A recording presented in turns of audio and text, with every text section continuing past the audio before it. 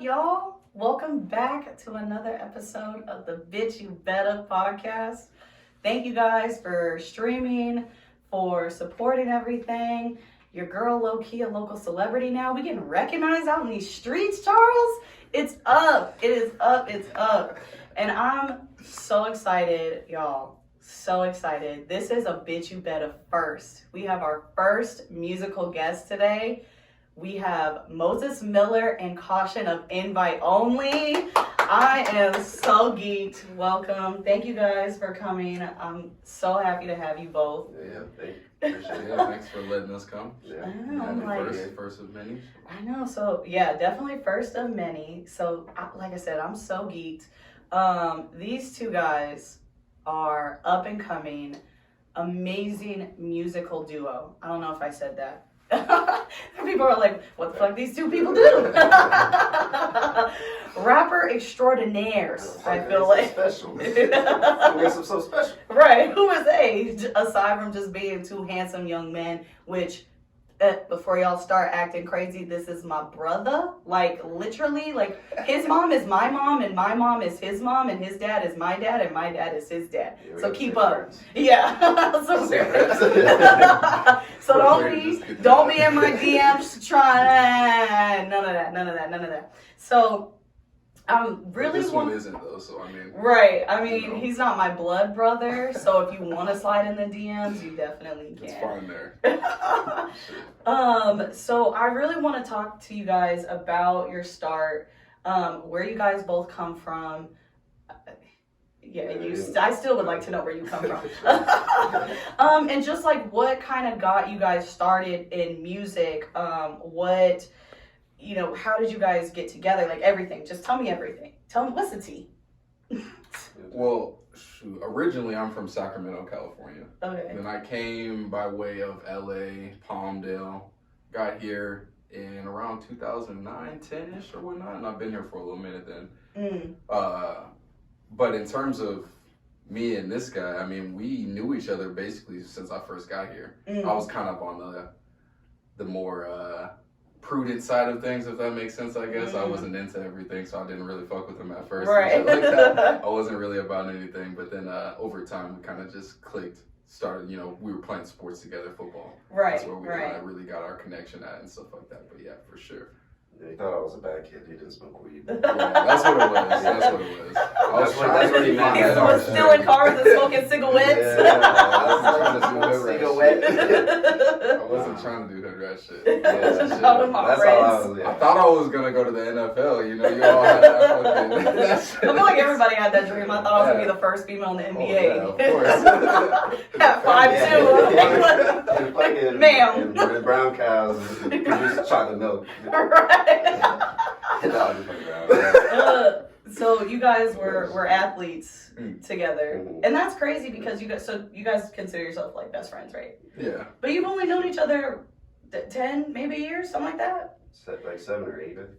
Yeah, I think we started chilling for like 7, 8 years. I feel like we've been friends for about that long. We probably known each other a little longer than that though, of each other, I should say. Right. That type of thing. Right. Mm-hmm. Yeah, because I would say I don't think we met until you guys were like seniors in high school. Yeah. So that's for when the you most guys part. really kind of got close. Yeah. Because you weren't around during his accident, right? Mm-mm, not really. Okay. Just at school and shit like that. Oh, That's about it. okay. So what drew you guys to be like, oh, we need to do this music thing? I just remember the day we were literally at lunch, and I forget what happened, but I think either somebody around us was making music, and I don't want to shit on anybody or anything like that, but I just remember hearing it, and I was just like, what the fuck? I was like, God damn. And then we just looked at each other, and I think at that time he had just started introducing me to like a lot of different music, like Joey Badass, Flatbush Zombies, a lot of like East Coast stuff, and I was like starting to feel the lyrical side of music and things of that nature. And so then we kind of just looked at each other. I was like, bro, let's just fucking make music. Like, why not? Like, we wanted to hear something that's not coming out right now, so let's just be the ones to make it. Right. I think that's one of the things that's always been kind of like a philosophy of ours is like, at the end of the day, if you're the one to notice something, you notice like that there's a void somewhere that needs to be filled, and that just means that you're the person that needs to fill that void. Facts. You're the person that needs to do that because you're the one that thought of it, obviously. So for you, Caution, Mhm. like how did you just kind of start rapping? Because I'll say you didn't you weren't like in a choir growing up or like you, because you know Yeah. that's how usually everybody starts, like, oh, I was in the church choir or whatever. It's like Mhm. what how did that kind of come about? Well, I feel like I got to go back to like you got to say your origin. Oh, okay. Sorry, go ahead. Yeah. The origin of a villain. Like, born in Louisville, Kentucky, moved out AZ in like second grade, however long ago that was, 2006 or 7 or whatever. Right. I don't know. I feel like I've always just had like a little direction in music, but it was never like I wasn't able to pronounce it and shit because it's Right. like it's always like, oh, you're gonna do sports in school, like Yeah. kind of just that's the only thing that you can do. That's what's gonna make you successful or whatever. Right. And then I think when Day Day came and lived with us, like in whatever year that was, it was like Free him. My cousin would be coming home. Free Day Day. A couple months he'll be out. No, he was the first one to introduce me to like music. Yeah. It was just beats because that's when he showed me like FL. It's the same software we're using today and shit, but he showed me FL, how to make beats, and I was just like, damn, like I like that shit. And I felt like I could do it. Like, Right. I could do it. He saw that I could do it like immediately. I was like, oh, I got this shit. Right. And then our other one, that's when Keaton started rapping, and he went by Knowledge at the time. And he was just rapping, and I was like, we all saw that he had just a strong ass pen. We were like, damn, this nigga can rap. Right. And I just always came from the point like, I gotta make this shit sound like as good as possible. Yeah, because I will say that I do remember you because when you were starting, like I had already had Mason, I had moved out, so like we had obviously were living like two different lives or whatever. Yeah. So I do remember you like making the beats. Like you were more the engineer type, right? Yeah. And then you said Keaton just kind of was the one that was rapping. You were just kind of in the background. But what finally you were like, oh, I'm going to get in the booth. I'm going to try. Yeah. It was just like, it was a lot of just beat making. And then that process got just way too like complicated. And like I was just thinking way too much into it. Yeah. And then for some reason I was just like, damn, I need to start writing. Right. And that's how I kind of always treated it. Like when we first started making music, like that, like you said, that first day, because that's what it was. It was just in the cafeteria, like you said, we just heard motherfuckers rapping. Like, damn, this is trash. This is awful. It sounds bad. Like it's not even like a good experience. Like it's got to be a good listening experience. Right. It's got to sound good on your ear. Right. And we just looked at each other like, hey, we should make music. And then we just looked at us like, all right, you go. All right, you start. No, you start. Cue cricket noise. So like, all right, let me rap. It was just like, oh, fuck. And then we just, I don't know, we just sat back like in the lab and we just started cooking, like writing, and making beats, and like every day we were just doing that. And I don't know, it just kind of came to us, and we were just like, this is how it has to be. Like you said, like we noticed that void where it was, and we knew we gotta fill this gap. Right. So where does your influence come from? Like who influences you in the way, like your style of music? Because I'll say the way that you guys rap is not how I see other people, especially like out of Arizona particularly or specifically. Like it's not the same. Because I'll say like you guys are very authentic, and it's smooth, and it makes me think like, and I feel like I'm a music person, but I'm not like one of those people that like sit back and analyze and these are the top 100. I don't do all that bullshit. I don't have time for that. I'm a mom. Like I don't got time to do all that bullshit. But it's like you guys constantly like it makes me think. It makes me sit back and like, okay. So who's some of your like influence? Definitely just more the lyrical side, like how you were saying, just underground. Joey Badass, Absol, Action Bronson, fucking Flapper Zombies, Underachievers. Like that's a lot of just East Coast, like underground. Like 2013 was when I was really getting into like every song that's playing, I'm looking up the lyrics. Like I'm reading it like it's a book. Like if a whole album, I'll read like a fucking book, because it's like music has to be like that way for us. So I feel like our approach to it was like, we gotta be organic, we gotta be authentic, like 100% of the way. If we ever feel like we're lost, what are we doing that day? Like what are we doing today? What's the position that we're in right now? We're not gonna rap about like shit we don't have. Shit we don't have. Right. Like, we've always seen that fake it till you make it stance. Right. That stance on like how you become successful or blow up or whatever. But it was just never like, it was just something we couldn't do. Like we just knew that can't be the approach that we take. So yeah, and I feel like that makes your music just so much more better because, like, I feel like the notion or what people think of when they think of rap is like you got to grow up pissy poor in the projects. And I'm not saying, you know, I'm not trying to down that or whatever, but we also got to remember like where hip hop started. A hip hop, a hip hop, you don't stop and rock it to the bang bang. But you know what I'm saying? It didn't start. It didn't start off right.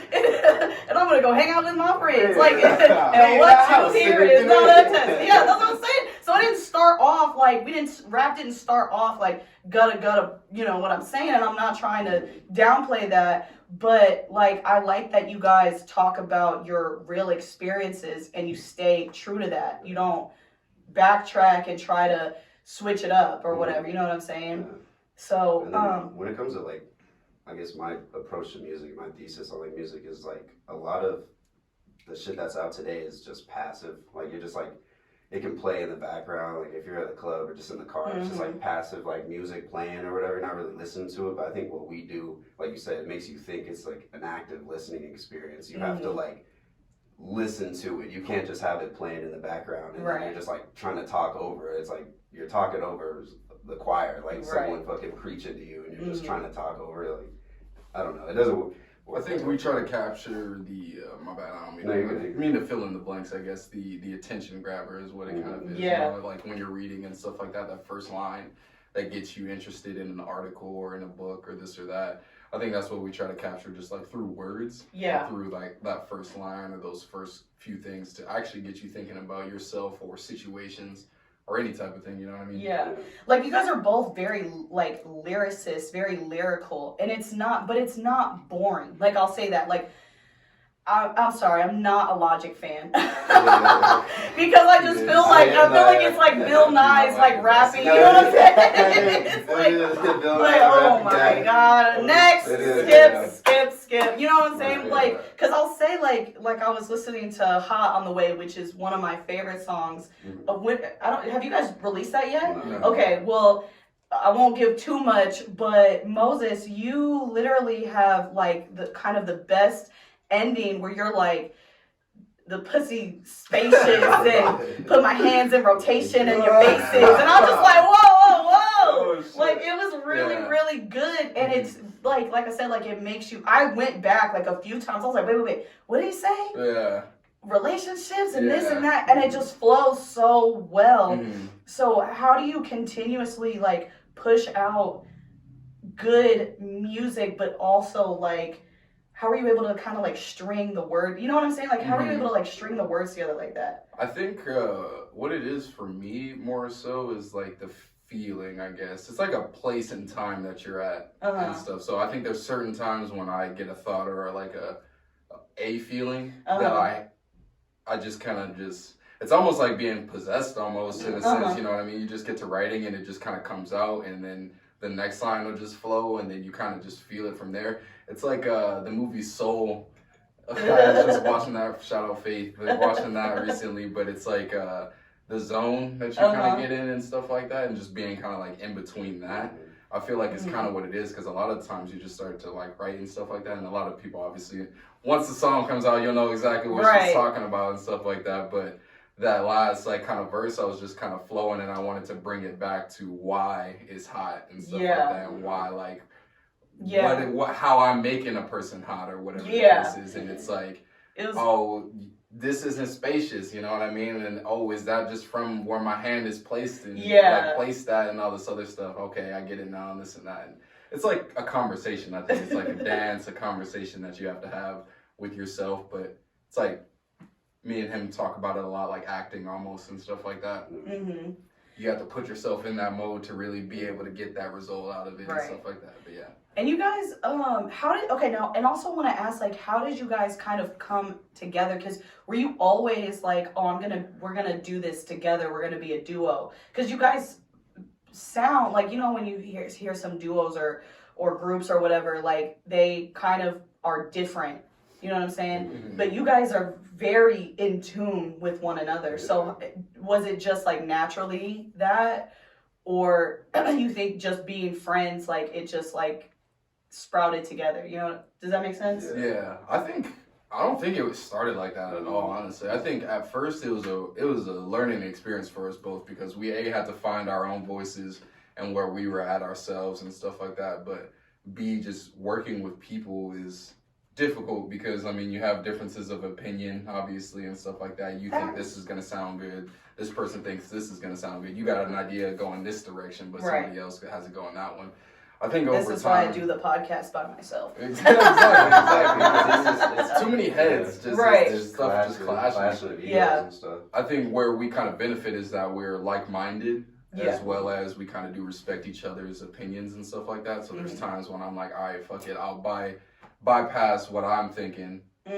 Let's see what you're talking about and shit like that. See how that sounds. We'll go from there. Try it this way too, and then we'll kind of play it out that way. Right. But like I said, I don't think it started off like that. I feel like at first we butted heads a lot more than we do now. For sure. I think now we kind of just understand each other a lot more, obviously over years of building friendship and just working together as well and stuff like that. But it just becomes a lot easier when you're with somebody doing that same thing and shit like that. So.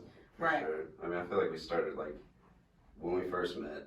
Back in middle school, we did not like me and him were like polar opposites. And that, like, I don't know, working from the day we like decided we're gonna start making music, and I was more of just like a producer. I was like, I'm gonna do the producer thing. You're gonna just like rap, and we're gonna come together. But then I was like, I gotta like, I can't just let what am I trying to say? Like, I don't want to put all that burden. You, just to, like, that you gotta like carry this and make like this write happen. every song or whatever. It's just like, nah, fuck it, I'm gonna start rapping. I'm gonna just like, I'm gonna write my own shit. And then it was a matter of like finding our voices, getting our voices like to sound how we want them to sound on the track.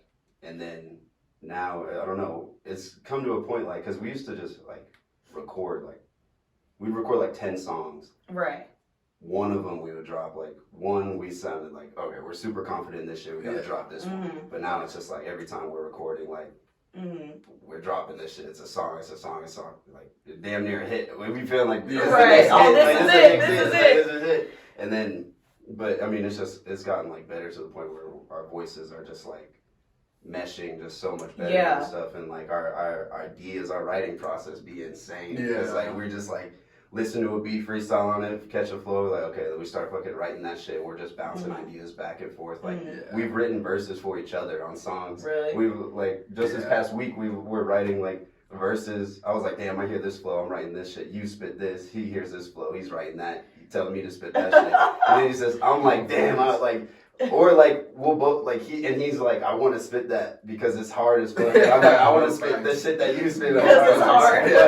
We're just writing for each other, just having fun with the shit. Like every song, every time, literally every song, we start over from scratch, and then we just fucking like make it just literally from the bottom up. Yeah, and I think it's important too. You touched on the fact like, yes, you guys are friends, but this is like a business too, ultimately. Because I think a lot of people forget entertainment or this, like, yes, it's fun, but this is supposed to be a business. So you have to put your ego aside sometimes and just like, no, this sounds better than this. You know what I'm saying? And we've had that discussion for sure, like breaking that, like that mold of like, we're homies, like we're best friends, we're brothers, we're roommates, we're also business partners. And shit. It's like, and I can have a conversation with you as my best friend, like my brother. I can have a conversation with you as my roommate. It's like, you gotta clean up your shit or some shit. It's like, I can have a conversation with you as a business partner. Like, we got accountability is all it is. Right. Holding each other accountable. Well, it's just that also comes from maturity and just really believing in what you guys are doing. So as far as like your music, what are you guys, what's the outcome? What are you hoping is next? Cause I know a lot of people, like, I feel like it's the narrative or what have you has changed where people are wanting to stay independent. Like people aren't trying to sign record deals and this and that. So what do you guys foresee happening in the future? Also, Sorry, I'm eating Brown Sugar's Kitchen mac and cheese. Shameless plug. Shameless plug. PSA. Went out last night. We're gonna get back to the question, but I'm just the shit got me fucked up. Shit wasn't open last night. Pissed me off. I'm low key hungover, so I'm eating a little bit. So y'all gonna hear it, but continue. Like, what was the question? What do you guys want to come from this? What's next? Yeah. Like the end result, like finish line type shit, like. Or like just like next week. Yeah, next week, next year, next month. Like, what's the goal? You guys just want to keep getting better and better. Yeah, I think we want to just start dropping more consistently. I feel like be dropping consistently, and then we're gonna start doing more shows because it's just been like we've just been in the lab. It's like literally just being like scientists, fucking just cooking shit up every single day, and you get. It's not like a bad daily routine to be in of creating it and stuff like that, but we gotta start adding more into the daily routine, I guess. And just like getting out there and fucking exposing ourselves. We gotta start talking to people. You know? Yeah, I think right now it's more so about the recognition portion of it. Right. Like we've done a lot of work and stuff like that and everything, and I think along the lines of exactly what he was kind of talking about, it just. To this point, we are forced to. We're like, our hand is forced. Like at this point now, it's like time to get the recognition and shit like that. So at this point, it's just like, all right, like one thing I noticed the Nipsey Hussle like picture in here and stuff like that. It's like the marathon, all those like emotions and stuff. Like we felt all those emotions at this point. You know what I mean? Everything that you feel from the beginning of like. Feeling accomplished at this, you know, after your first show, feeling like dissatisfied, feeling like, you know what I mean, you're not the shit or anything like that. We felt all that stuff. Right. So at this point, I feel like it's kind of like he said, like time to start doing more shows for people besides family and friends that are closest around to realize and see exactly what the fuck's going on and shit. Right. Because your guys' music is quality. Like it's really, really good. And I like that you touched on that, like the kind of the feelings of it being a marathon, because that's definitely something I've struggled with the podcast. Is like you want instant gratification. Like, why isn't this song? Why am I not a millionaire already? Why the fuck, Charles? Why are we in like a bigger studio now? You know what I'm saying? It's like this is the third episode, and it like you know you have to just know that the shit that you're doing is good, you know, and you have to keep. So how do you kind of keep staying motivated? What keeps you guys pushing out? Because like I said, it's good. It's really good. And I'm just saying that because I would tell you if it's not good. It's hard. Like, it's hard. People think it's easier. You can just drop a song. Like, you just make a song, drop it.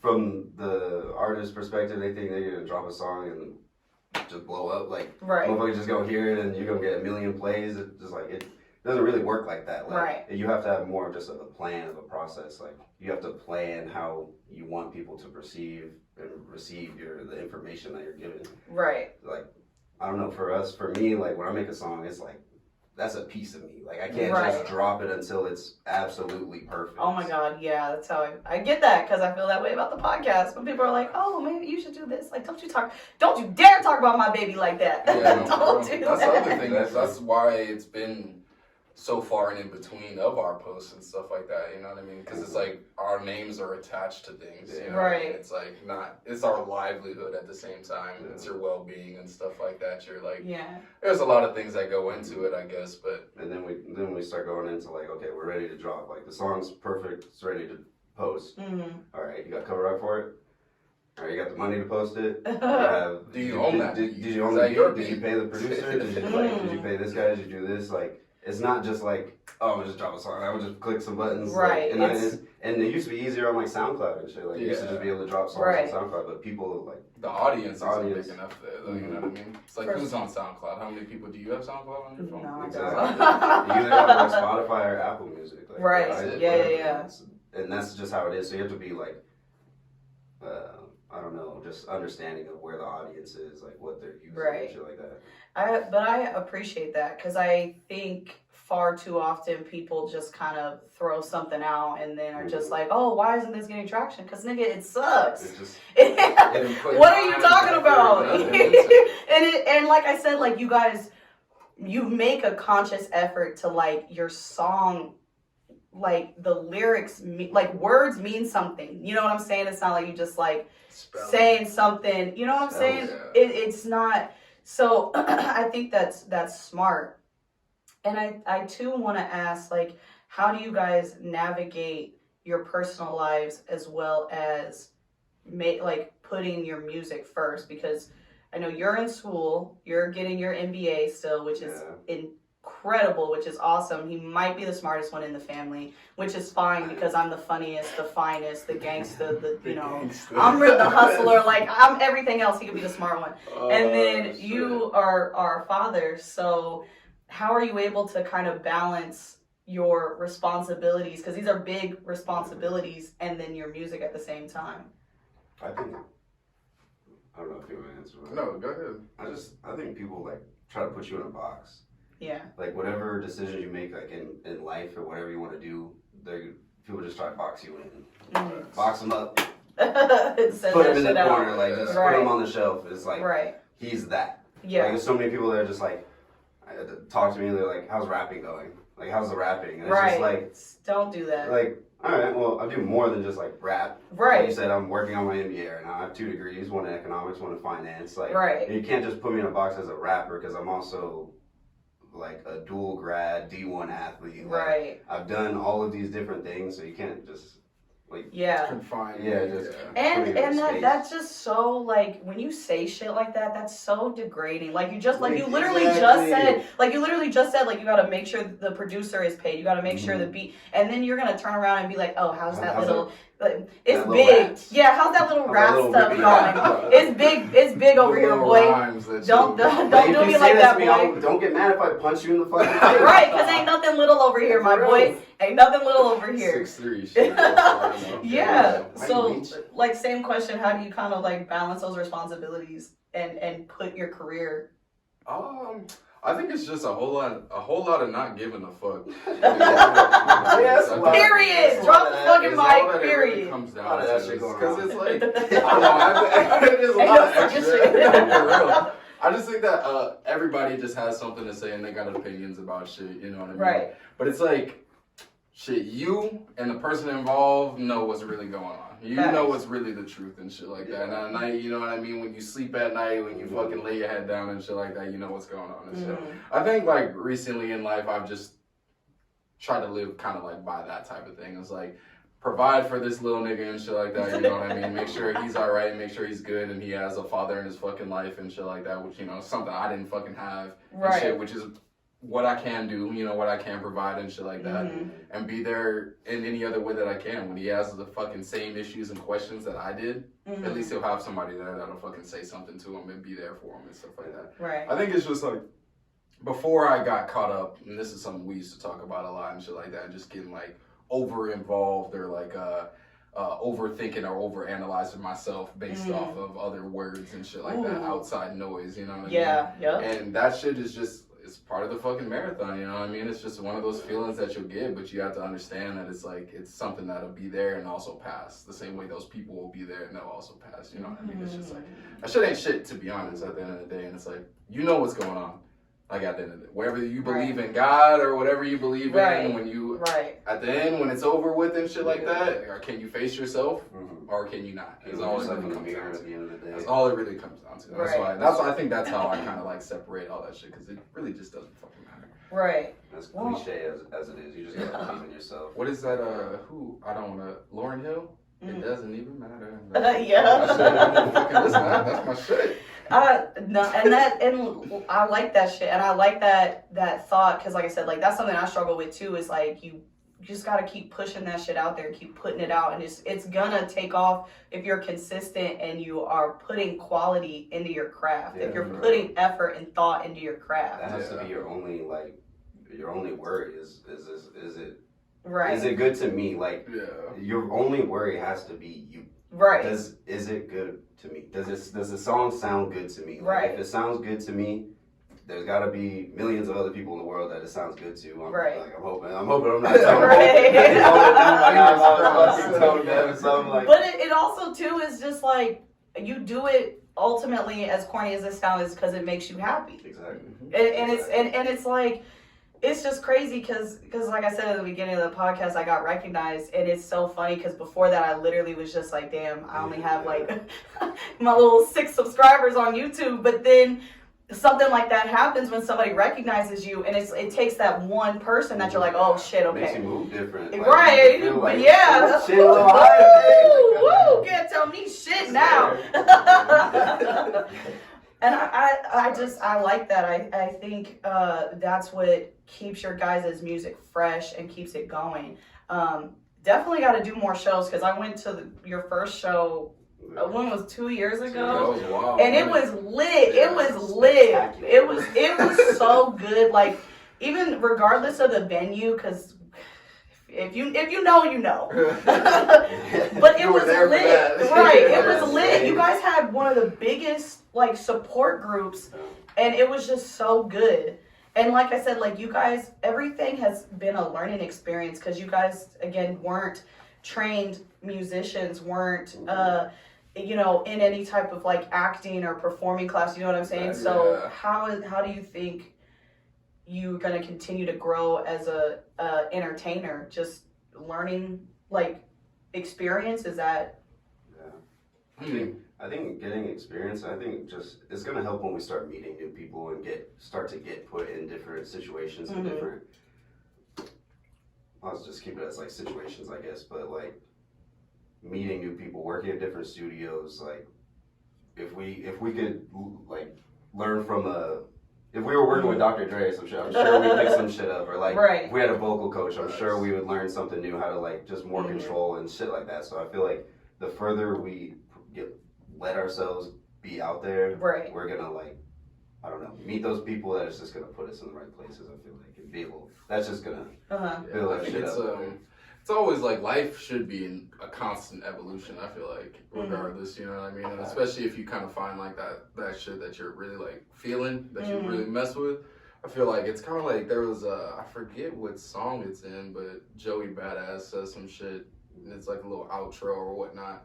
And he's just like, I just want to be a real NIGGA. He's like, I just want to be a real NIGGA. He's like, I just want to live, grow with my music. That's all. I just want to be a real person. And I'm like, that's it. That's what it is, though. It's just being real, so people can relate to your shit. And people want authenticity. Yeah, like that's something that has been really great feedback. I'm not trying to keep bringing it back to me, but I just feel like we relate the things that we're saying, like fine, because I feel like you've been saying this to me for years, but now that I'm in it, it's like it clicks. It makes sense. People want authenticity. People want you to be who you are. They don't want to hear you rapping about the same bullshit or saying you from this hood and this hood. Like, you don't even know where that is. I don't know where that is. No one wants to feel stupid, and it's like if you're approaching it where you're trying to trick them into thinking that you're like something that you're not. First of all, at some point you're gonna get exposed. Especially with where everything's at right now. Oh my God, You're about to get canceled any day now. Like you cannot be talking about, oh yeah, I grew up this and this, and Clarence's parents got a real good marriage. These are internet investigators. Oh like my God. Everyone on the internet is straight in bed. Like, put my investigator cap on. I'm gonna find y'all talking about some shit, and they spend all day just. That is my biggest. That is my biggest fear. For somebody to say some shit. That's what I mean. I don't know what I posted on Facebook years ago, but I know that shit's coming back. Oh my God!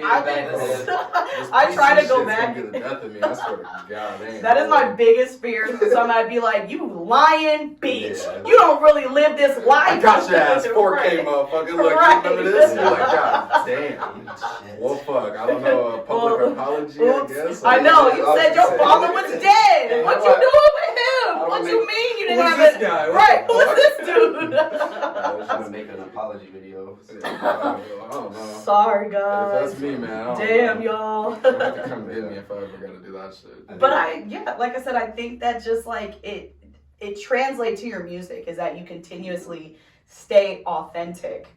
And people are craving it. People want you to be authentic. People are not like, people do not want to keep hearing the same shit over and over and over and over again. Like, we are craving something different. And like I said, I'm not like a huge musical, like I listen to the same shit over and over and over. You know what I'm saying?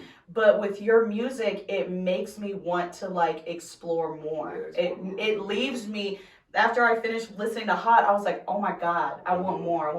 I wanted you guys to keep going. That's what they released. That's the goal though. Yeah. Go through the rest of the discography, you know what I mean? Figure it out, see what else is out there. So, we have to move on. We gotta get to some of our segments. So, I am tone deaf, as you can tell. But we're gonna move on to Sex Saturdays. We're not gonna talk. Yeah, we're not gonna talk too much sex. Because I saw a condom in your trash can one time. That was enough for me to never want to ask about your sex life ever again. Up in Flag, it was fucking gross. I was like, remembers right. exactly I was like, I walked into the bathroom. I was like, slam that door. But I no. haven't used condoms in like 2 years. I don't think that. What? Oh my God. Okay. Oh my God. I can look you in the eyes and say that's a true statement. That you're using them? Huh? That you said you're using them, or what? We know you used and abused. Damn. We know you're not. That's how we're doing it. Well, you know I don't use them clearly. Oh, shit. But no, what I want to talk about though is really like, so dating as being an entertainer for one, but also dating as being a father. So dating as like being an entertainer, because I have a little boo thing, and he is also an entertainer. It's not you, is it? No, Charles. Charles is like, Charles got it. Well, Charles is my guy. No, that is my dude, Charles. I love you, but Charles, you baby, I'll fuck your life up.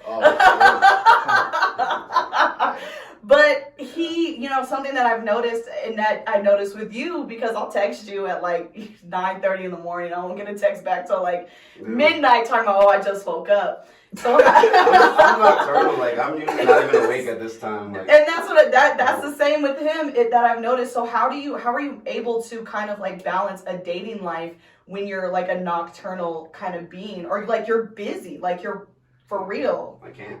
I don't.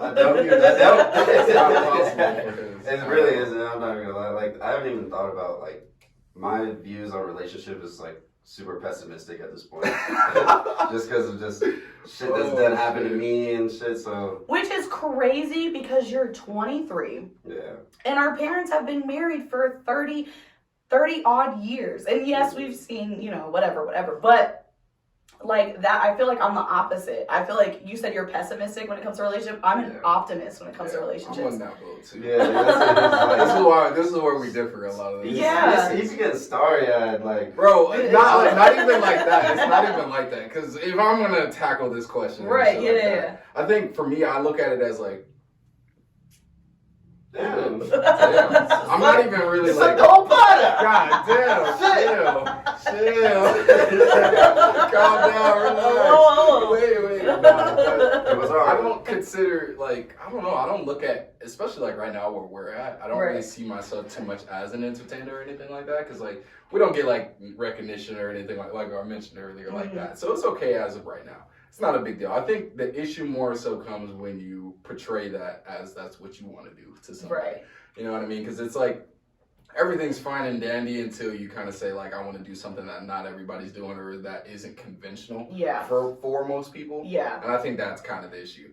And then you kind of throw the father aspect in it as well, and that's where I kind of just look for something that's like more like real and shit like that. Like if you really fuck with me, then that's cool. Then I'll fuck with you. You know what I mean? Right. If I feel the vibes and shit like that, it is what it is. Right. I'm a fucking lover, to be honest, and we fucking have this conversation all the time. I fucking can be fucking cold as shit, but what's your sign?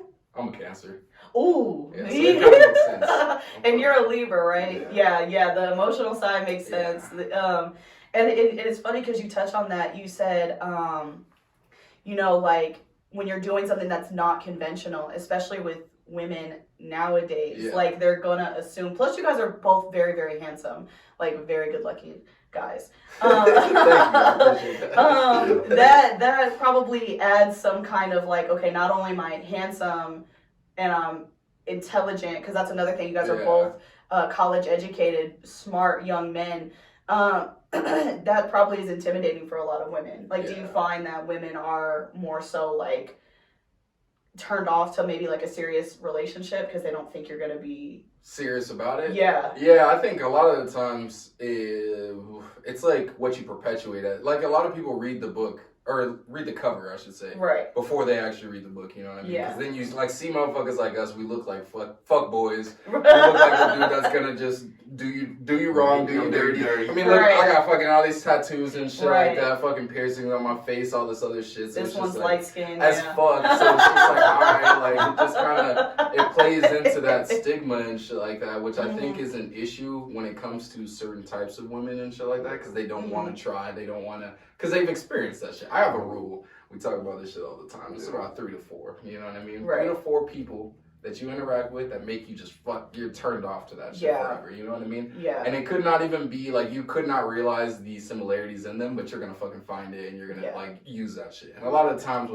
especially like with what's going on like nowadays, it's the tall black dude that is that one that you're the fourth one, and a lot of that time and shit like that, which fucks a lot of shit up, but it is what it is. So you're a pessimist. You're optimistic. You're pessimistic. Yeah. Do you want to get married?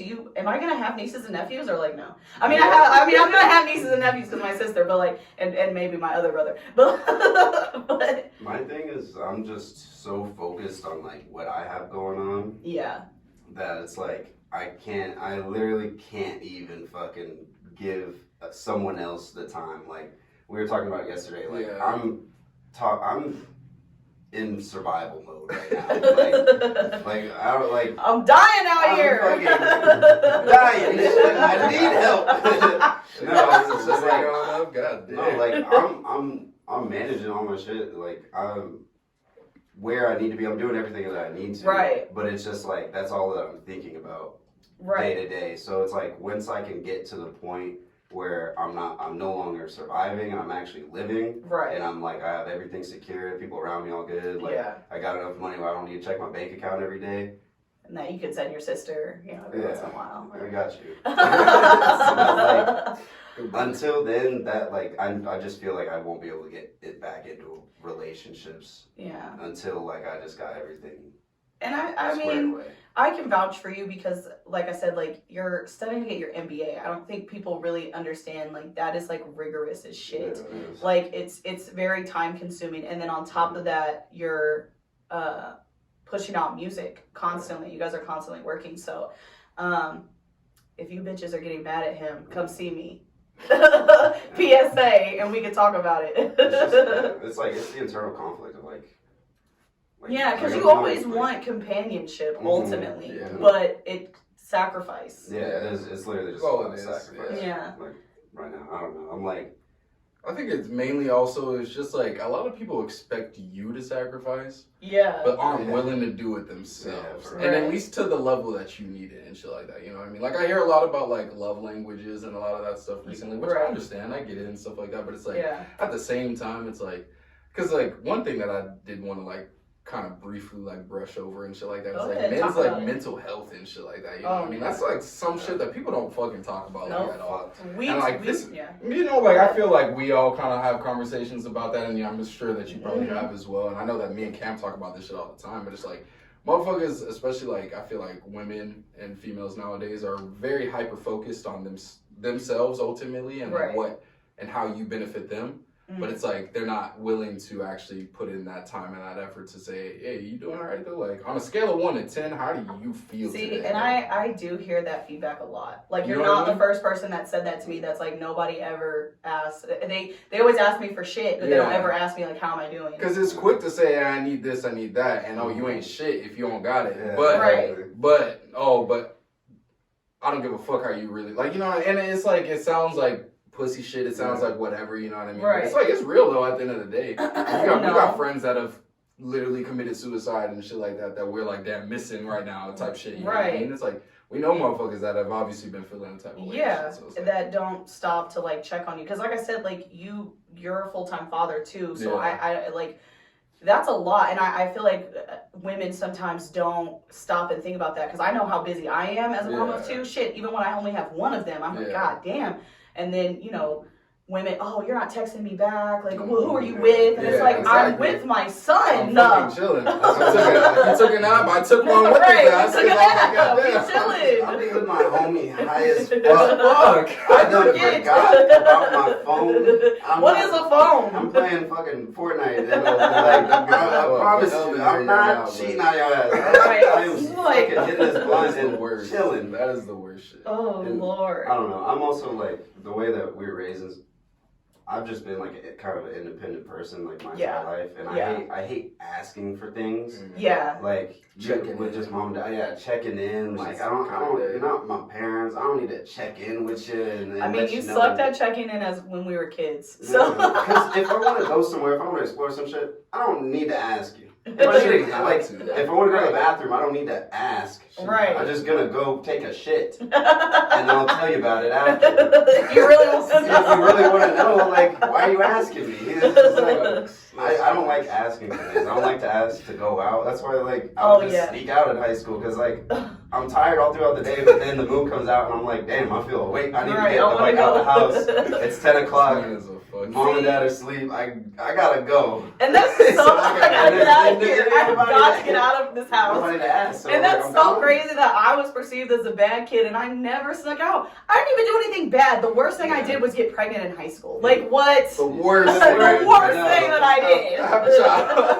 It's like have a whole baby at 18. But then they're all tripping on me. We're just smoking weed. Like, right. Whoa. Different. What about her? She's pregnant. The dog in the corner, she's pregnant. Remember what I said about you poured that shit? She's pregnant. He's smoking weed. Yeah. This one gay. Hey, not me. Hold on. No, not you, not you. I was talking about the other sibling, and then this one. Not you, not you. But wait. No, they both are very much like women. I don't know. That's been one like problem with me in relationships is just like that checking in aspect. Like, you think you have to check in, or do you just think like it's like just communication? That's what you can say. It's communication. You can say I gotta fucking communicate. Because like as a woman, it's like if we're dating or whatever, it's not like I want you to be like, hey, I'm eating lunch. Hey, I'm going to the bathroom. Hey, I'm doing this. It's just like, you said good morning, and it's like, hey, I have a busy day. I'm gonna text you like once I'm done with everything. Yeah, I know, but I hate waking up every day. Hey, I got a busy day. And then wake up next day. Hey, I got a fucking busy day. I'm busy every goddamn day. That's why I don't even know. I don't get texted like a lot of people back too, because it's just like. Hell yeah, you don't. Cameron is never. Oh my God, caution is never in the group chat. It is never, ever, ever in the Y'all group chat. Y'all go through so many topics and discussions that I'm just like, I'll laugh at one thing. I'll just like, I'll be like, ha ha ha. It's not like, even. As long as you interject and you know I was there at one point, it should be alright. I don't know, like. Now I hope I called you Moses this whole time. I don't remember. We've been drinking this purple haze, which is like super good. Speaking of, can I get another one of those? Yeah. Raspberry. My bad, I know that's kind of I pronounce some things. I apologize. Thank you, Charles. I appreciate you, Charles. He is the GOAT. That's Hey, there it is. So- Before we get into like the put me on, but this purple haze, it makes me burp. But this, we're gonna come back to it. Yeah. I want to talk about a couple things that just have me fucked up this week, and then we'll go to the put me on segment. I kind of want to talk about the Oscars just a little bit, just a little bit, and share my opinion on it. What the fuck?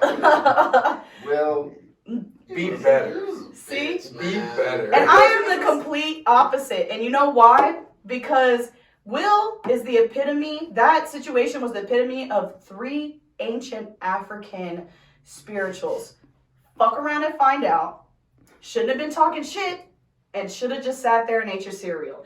Okay, African proverbs. he's a comedian though. But time out. So- Even beyond that, my only issue with that is if you would have kept the same energy the entire time, I wouldn't have an issue with it. If you had a problem from the beginning, bet. I'm with you then. Right. This man is sitting there laughing like it's... Because To me, it was funny. I don't recall it being funny as fuck. Honestly, that shit was funny. I thought it was kind of funny. It wasn't that big because the only reason I also say that is because, like, as Jada Pinkett, you can't perpetuate yourself as not caring about said hair loss. Yeah. And all this other stuff. And then when somebody says something about it, then you get mad. I just don't think, perpetuate yourself as that. I think it's the time and a place. Time and place for that. Oscars is not the place. That's what I'm. Would you say it's not the time to see, you guys are on different. No, you're saying to slap somebody. She's saying. Oh no! Say that. I feel like you can. So I'll say I'm not an advocate for violence. Like I don't want people to be like, oh, I didn't like your podcast and come and slap me or something. Like don't do that because you fuck around and find out. But but what I will say is like as far as him making that joke, one, you could tell that it was completely unscripted, and two, I just feel like it's a time and place. Like had that been at Def Comedy Jam or like the BET Awards or like with a bunch of black people or people of color, then it probably would have slapped and hit a little bit better. But we're at one of the most prestigious award shows. And it's Will's first time being nominated, and you're going to take a low blow joke like that. I just think, and I'll say like Chris Rock produced a documentary called Good Hair, so he knows the how much love black women have for their hair. Mm-hmm. So I just feel like time and place. I like I said, fuck around and find out. I feel like that's what it was. I don't think Will was wrong, and I feel like in his acceptance speech he said like why he laughed is like you have to sit there and laugh and smile and take abuse and just think like it's okay. And I don't know. Like I said, I'm not an advocate for violence, but at the same time, like I just feel like Chris Rock, that was a terrible joke, terrible timing. Just you know what I mean? Mm-hmm. That's just how I feel. I feel that with how you portrayed it there, I kind of understand it a tad bit more. I get where you're coming from, but I still think at the end of the day, like we mentioned earlier, probably a time and place for slap. Exactly. My point is, it's like, all right, bro. Like I get you felt the type of way about it and stuff like that. It was something that you were offended by and everything, but is that where you needed to do that at? Like, you know what I mean? Because that is gonna affect both of them. Oh yeah. From now on. Oh yeah. No, everybody's gonna talk. Everybody's been talking about it. Now you're problematic though. Yeah. Now you're this. Now you're that, and especially as fucking. Let's call a spade as like black people and shit like that. Yeah, and that's another thing. Shit like that, it's over with for the most part. And that's what pissed me off too was like, y'all, fucking Amy Schumer and Kathy Griffin. I hope one day you corny ass bitches hear this because I feel like it just took it like you said like it perpetuates like Will Smith. Get jiggy with it, Will Smith. You're traumatized and afraid of him. Just say you're afraid of black people and keep it pushing. Like, I just feel like Amy Schumer is corny, is fucking bitch couldn't even take some time to put up. She's never been funny. She's not pretty. She's nothing about her is attractive except from the neck down. I'll say that. Her titties looked amazing at the Oscars, but bitch couldn't even put a curl in her hair. And Kathy Griffin, for her to say like, "Oh, I'm afraid of people coming up to me and slapping me," like, you should be afraid of Republicans, because didn't you hold a picture of Trump's bloody head up? So don't say you're afraid of Will or you're scared of that when you do other things that perpetuate violence.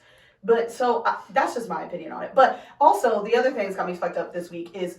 Fuck you, Doug Ducey. You're a douchebag. I cannot stand him. He is the worst fucking person in the world. He is literally a devil.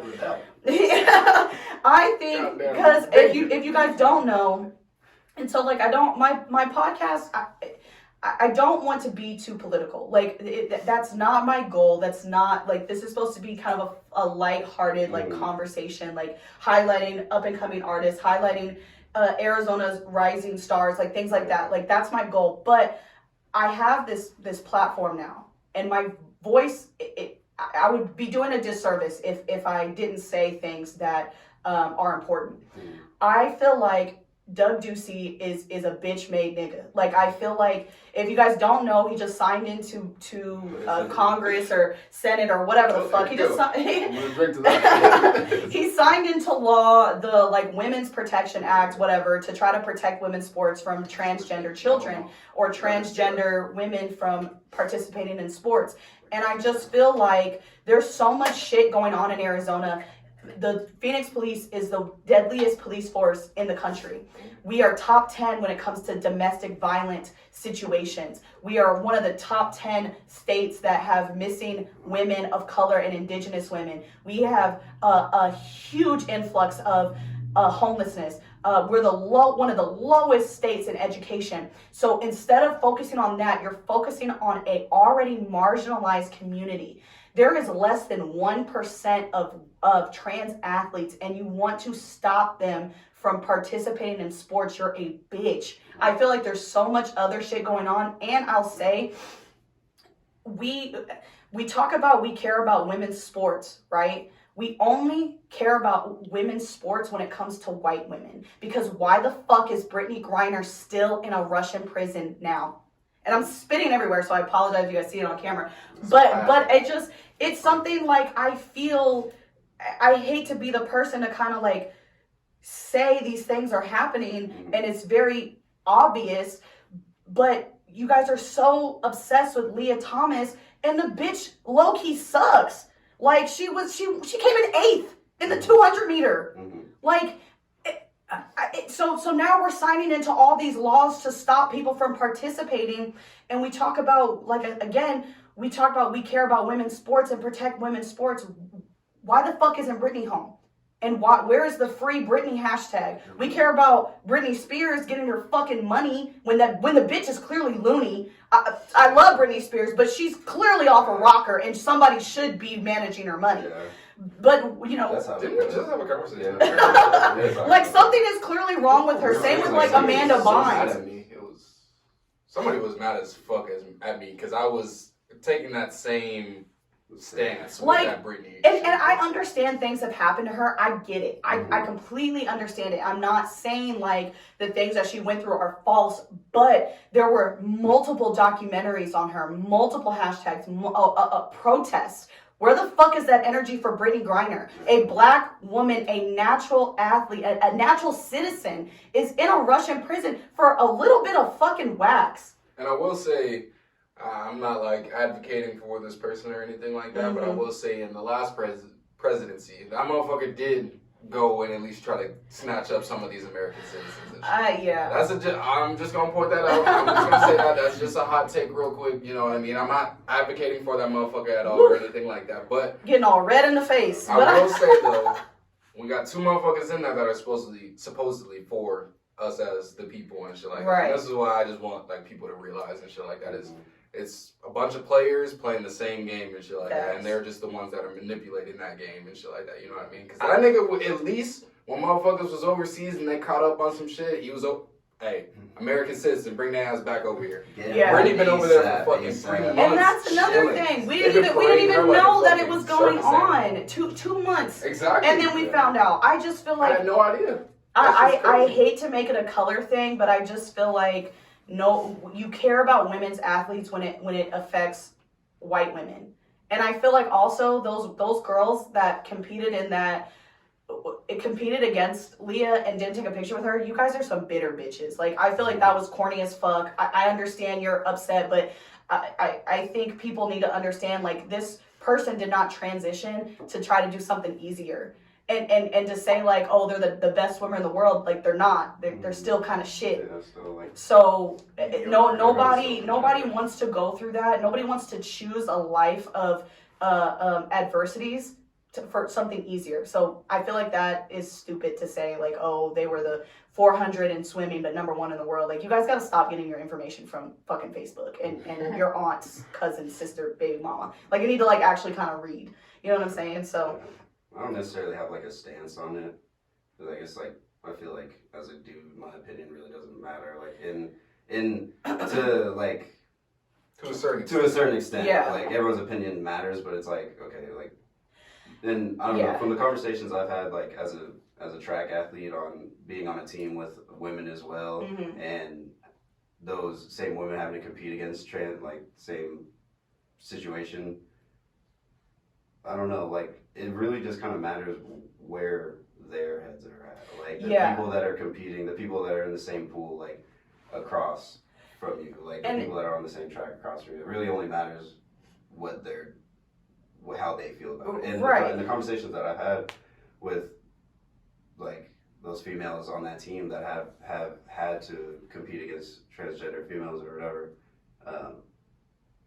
they just see it as more competition. Like, they just see it as, like, I'm just trying to get better. Because, like I said, I've played on basketball teams, like, all boys. And I feel like, you know, I'm not trying to downplay the gender thing or whatever, but it definitely makes you better. And like I said, like, Leah Thomas, she ended up coming in 8th and 5th and, like, 4th. Like, there's people, like, so women, natural born women, cisgender women can beat her. Exactly. She's not just some crazy fucking athlete. And like, I have a, like, as a former athlete, I can't say, like, okay, I probably wouldn't feel some kind of way if, but at this, you know, if I'm competing against somebody that was a natural born male, but then at the same time, I'm also 5'2", and I was competing against women that were naturally bigger than me, naturally taller than me, naturally more fit than me. Exactly. Shit, I wonder how the people feel when they were playing against Brittney Griner. That bitch is 7 fucking 10 Exactly. and is dunking and shit. Exactly. So it's kind of like the same thing. So,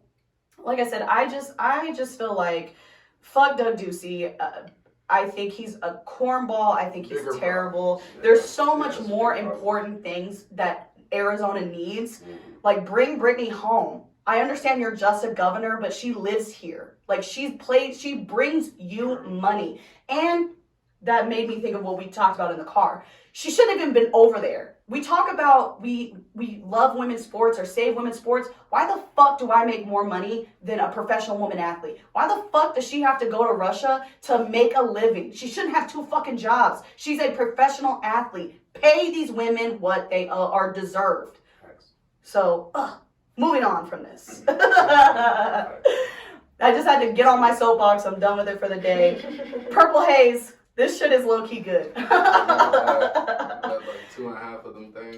I know. It's a raspberry lager, and it's great. I tried to be good for my guests. I don't drink beer like that. I don't. Yeah. I know that you guys do, so I tried to find something that I thought you guys would enjoy. Because you guys don't just drink, like, regular beer. You drink, like, IPAs and all that other Mickey's craft shit. Mickey's. If you ever want to give us a sponsorship, we would welcome. Oh my god. Yeah, I've never heard of, what was it, Edward 40 Hands? I tell you guys. That shit was so stupid. Duct tape and some 40s. We might have a fun fucking night. You might see a side of me you ain't want to see. But this is actually like really good. I read online that it's supposed to be black owned, but I tried to do the research and I don't really know if it is or not, but it's super, super good.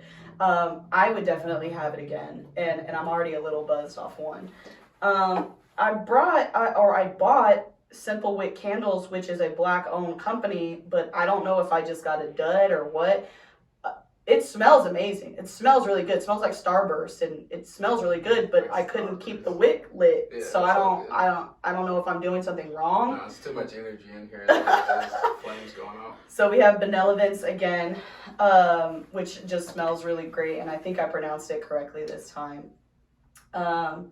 We're in the Put Me On segment, and I forgot to say that. But also, Brown Sugar's Kitchen. Just have to do that. I just have to tell you guys how amazing this food is. I've been smacking on it while we've been filming and everything, and it's just so good. It's made with love. It's my dad. Our dad. Because my dad is your dad, and your dad is my dad. That's right. 702 West Highland Avenue in Phoenix. It's on Uber Eats and Grubhub, but you can order it and go pick it up. I know gas prices are crazy, but it's worth it. So good, so fresh. He made us stuff for Charles and me to smack on. And I also, Charles, I'm gonna put you on today because you are my guy. This kid is a young dude, and he is so professional. He records and produces the episode. He's so sweet, so smart, very professional. I brought the food in, and I was like, go ahead, help yourself. Because my dad made a bunch of plates for us. And I was like, go ahead, help yourself. He's like, no, I'm going to wait for the guests. I'm like, you're so professional because fuck these people. So shout out to Charles. Thank you for producing the show and just being so dope. We got to wrap it up, but what's next for Invite Only? A lot of shows, I'd say. Drops coming for real. We're going to hit that hard. Probably, we're going to try and do shit 4 or 5 a month, something around there, something around once a week. So we want to get a lot more consistent. I think that's the one thing, like I mentioned earlier, that we just didn't do enough of. But we just we're gonna get in y'all faces a lot more. I guess that's all that comes down to and shit. So hear a lot more from us pretty soon. Yeah, definitely just been kicking back, but this time we about to just radio assault this shit. Go crazy. We about to be dropping next week.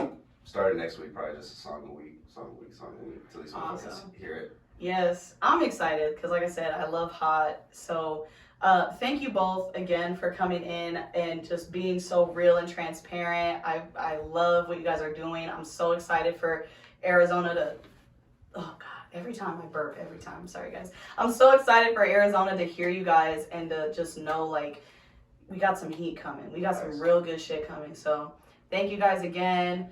Bitch, you better tune in. Bitch, you better listen to this music that's coming out and keep streaming. And bye, guys. Yes, sir. Do it.